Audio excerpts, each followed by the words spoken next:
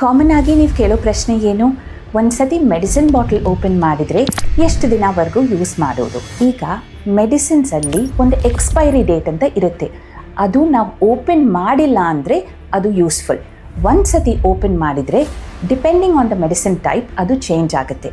Common ಆಗಿ use ಮಾಡೋ medicine paracetamol ಇರಲಿ, ಕೆಮ್ಮು ನೆಗಡಿ ಔಷಧಿ, ಫೀವರ್ದು ಔಷಧಿಗಳು, ಇವೆಲ್ಲ ವಿದಿನ್ 3 months ಯೂಸ್ ಮಾಡಬೇಕು. ಅಂದರೆ 3 ತಿಂಗಳ ಒಳಗಡೆ.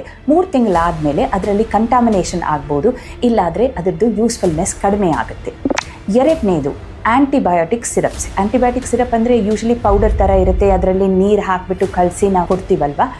ಅವು ಒಂದು ಸತಿ ಪ್ರಿಪೇರ್ ಮಾಡಿದ ನಂತರ ಕೆಲವು ಫ್ರಿಜ್ಜಲ್ಲಿರಬೇಕು, ಕೆಲವರು ಆಚೆ ಇರಬೇಕು. ಅದನ್ನು ವಿದಿನ್ 10 days ಯೂಸ್ ಮಾಡಬೇಕು. ಮೂರನೇದು ನೇಸಲ್ ಡ್ರಾಪ್ಸ್. ಈಗ ನೋಸಲ್ಲಿ ಆಗೋ ಡ್ರಾಪ್ಸ್ ಏನಂತಂದರೆ 1 ತಿಂಗಳ ಒಳಗಡೆ ಯೂಸ್ ಮಾಡಬೇಕು.